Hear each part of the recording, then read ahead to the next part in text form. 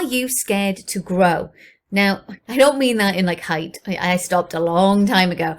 But, I mean this in terms of a business. All right. Are you scared to grow? Well, that's what we're going to be chatting about in today's YouTube.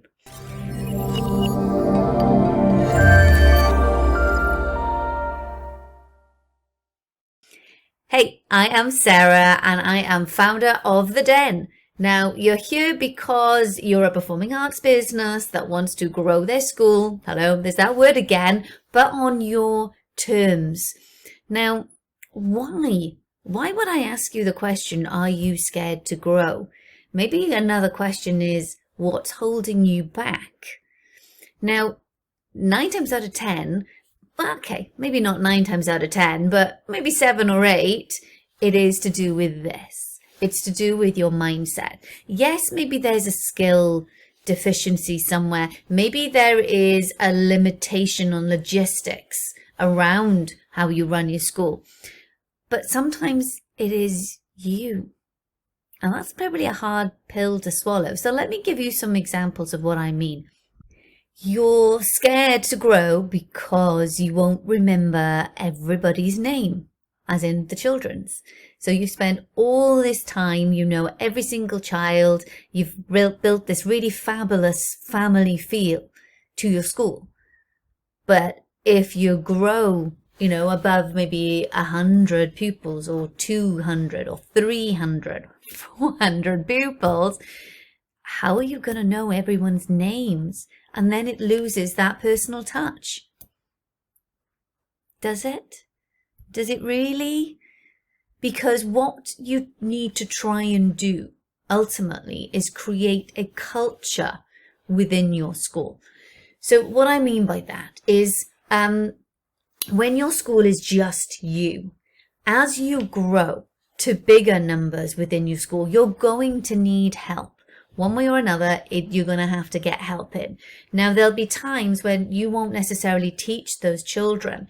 Now, if the culture within your school, your values and what you stand for and the little quirks of how you teach, if all of this is within that member of staff as well, through training, through the way you hire them, then you've got this culture about what your school is about, the values and what it is you stand for. Now, when that filters through everything that you do, it shouldn't matter who teaches them. It shouldn't matter that you don't know their name, because you're not going to know 350 children's names. So when my school was at the 350 mark, I did not know everybody's name. And there was a point, that I was like, oh my God, but what if I don't know everyone's name? Well, actually, that's okay. That's okay. Because as you grow, it's not going to be possible. And you've got to get comfortable with that. And as long as the feel of the school is good in your communication and in what you do and within the other members of staff, then they're coming to the school. They're not necessarily coming to you. And that's perfectly great. All right. Now, let's take another different scenario. Okay. Maybe you are scared to grow because what are you going to do with all these kids? Now, I'm not going to lie. When you get into the bigger numbers, logistics become an issue. Okay. So when you're looking at like 50, 60 kids versus 350, 360 kids, your logistics of how you run things is much, much greater. So if you think of running a show with 350 children, yeah, I've done it. It is totally doable. Absolutely, totally doable. But my gosh, do you need to think everything through? Because realistically, unless you're in a massive venue with huge capability behind stage, you're unlikely to be able to house 350 children in one venue. Now, again, then you've got to think, am I going to get 350 kids on that stage for a finale at the same time? And if you get a venue that is big enough to hold that sort of numbers, then you're looking at it, the costs go up. And then you've got a whole different issue with budgets and the logistics of how, how is this going to work? Is it going to make you money? Is it going to even break even? So you've got to think everything through. But, you know, maybe you're going, oh my God, I can't be dealing with that. I'll just keep it the way it is. And that's fine. So maybe that is holding you back. Also, other logistical problems would be things like needing extra halls and needing extra teachers. And maybe you just think, oh, it's just too much work. It's just too much work. Now, all of this comes with the provider, okay? I grew my school to a certain size and I was happy with my life balance and my work balance. I'd got it to a point where I was only teaching one night a week and I was rocking up to 2 nights of teaching, just being there. Sometimes 3. I certainly wasn't rocking up to any of the others. Okay, that was through my choice. They could have run on their own without me completely. So I was happy with where my school had got to.